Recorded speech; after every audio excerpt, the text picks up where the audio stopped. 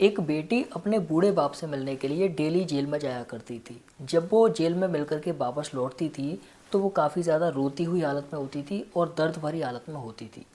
अब जब ये चीज़ देखते थे सभी गार्ड लोग और जितने भी सिपाही बाहर होते थे, तो सभी जब ये चीज़ देखते थे तो वो काफ़ी ज़्यादा असमंजस में होते थे और काफ़ी ज़्यादा गलत गलत चीज़ें सोचने लगते थे कि इस बाप बेटी के बीच में आखिर क्या चल रहा है।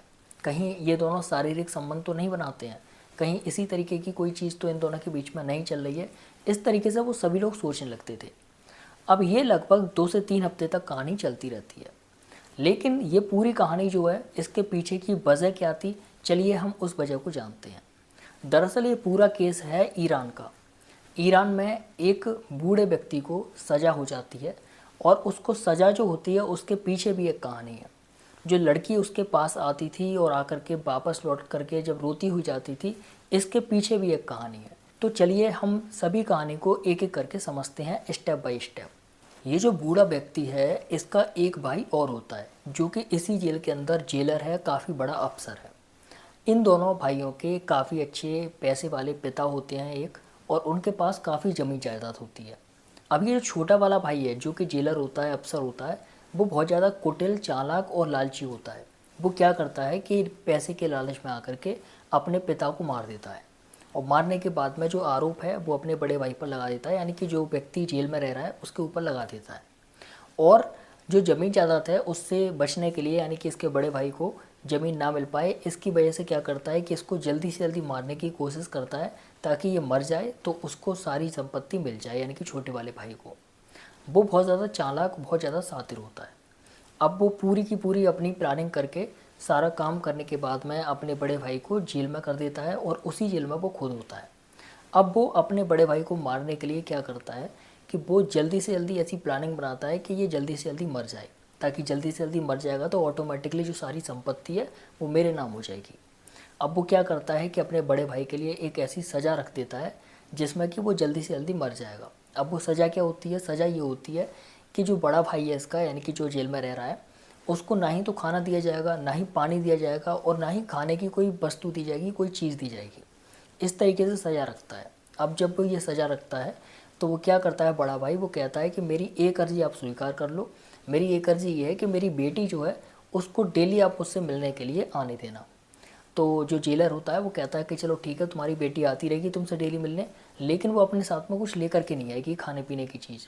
तो जो पिता होता है वो कहता है ठीक है, कोई दिक्कत नहीं है। अब बेटी डेली उससे मिलने आने लगती है। अब डेली मिलने आने लगती है तो जब डेली मिल करके जा रही होती है तो उसको काफ़ी ज़्यादा दर्द, पीड़ा, इस तरीके की चीज़ें फील होती हैं। और ये सारी की सारी चीज़ें बाहर जो सिपाही होते हैं, गार्ड होते हैं, वो देखते हैं कि भाई ये जब जाती है तब तो सही होती है, लेकिन जब लौट करके आती है तो ये काफ़ी ज़्यादा परेशान सी लगती है, ऐसा क्यों है? फिर जो पिता है उसकी जो केस चल रही होती है, उसी केस में एक जो जज होता है, जो पहले से जज वहाँ पे काम कर रहा होता है, वो जज हो जाता है चेंज, यानी कि दूसरा चेंज आ जाता है इसी सभी माहौल में। जब ये चीज़ चल रही होती है उस समय पे दूसरा एक जज आ जाता है, और जो पुराना जज है वो वहाँ से रिटायर होकर चला जाता है। अब जब दूसरा जज आता है तो वो इस पिता को, यानी कि जो पिता है ये, इसको बुलवाता है कटघरे में, और बुलवा करके इससे बात करता है। इसकी बेटी को भी बुलाता है, बेटी को बुला करके बात करता है कि तुम दोनों का क्या चक्कर है, और तुम दोनों जो है जेल में किस तरीके के अय्यासियाँ और किस तरीके की चीज़ें जो है जेल के अंदर कर रहे हो। तो फिर बेटी जो होती है वो पूरी बात खुल करके बताती है कि बात यह है कि मेरे जो चाचा हैं, जो कि इसी जेल में काफ़ी बड़े अफसर हैं, उन्होंने मेरे दादा को, यानी कि अपने पापा को मार करके मेरे पापा को, यानी कि जो उनके बड़े भाई हैं, उनको जेल पहुंचा दिया और उनके ऊपर आरोप लगा दिया, और खुद ने मार करके पिता को अपने सारी संपत्ति लेने के लिए मेरे पापा को, यानी कि अपने बड़े भाई को, आरोप लगा करके जल्दी से जल्दी मारने की प्लानिंग की, और इस वजह से सारा खाना पीना सब उनका बंद कर दिया। मैं जेल में जाती थी और मैं अपने पिता के लिए कुछ खाना पीना लेकर के नहीं जा सकती थी। इसकी वजह से मैं क्या करती थी, मेरी जस्ट 1 साल पहले शादी हुई है और मुझे 2 से 3 महीने हुए हैं, मेरे एक बेबी भी है। तो मैं क्या करती थी कि मैं जब यहाँ पर आती थी तो अपने फादर को ब्रेस्ट फीडिंग कराती थी, जिससे कि मेरे फादर को एनर्जी मिल सके और मेरे फादर ज़िंदा रह सकें। जब ये चीज़ जज सुनता है तो काफ़ी ज़्यादा वो एकदम शॉक्ड हो जाता है कि इस वजह से पूरा का पूरा ये खेल चल रहा था। इसका मतलब जब ये जाती थी तो इसी वजह से काफ़ी ज़्यादा पेन फील करती थी, क्योंकि ये ब्रेस्ट फीडिंग कराने के बाद में जाती थी।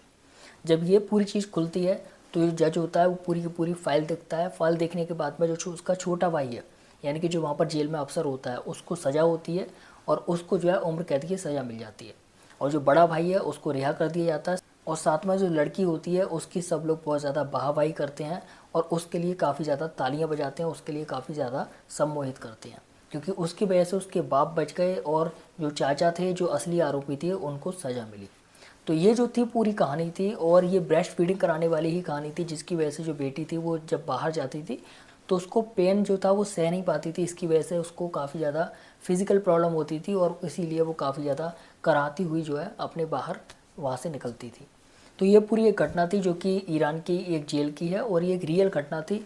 आज के समय पर हमारे पूरे विश्व में, ना ही इंडिया में, हर एक जगह पर, हर एक देश में बहुत सारी ऐसी घटनाएं होती हैं जो कि हमें अभी भी फिक्सन लगती हैं। ऐसा लगता है कि ये कोई एक स्क्रिप्ट है, लेकिन स्क्रिप्ट नहीं है। आज के समय पर स्क्रिप्ट भी फेल हैं, ऐसी ऐसी घटनाएं हमारे विश्व के अंदर हो रही हैं। ये एक रियल घटना है, ईरान की घटना है। मिलते हैं अगली घटना में, तब तक के लिए bye bye, thank you so much.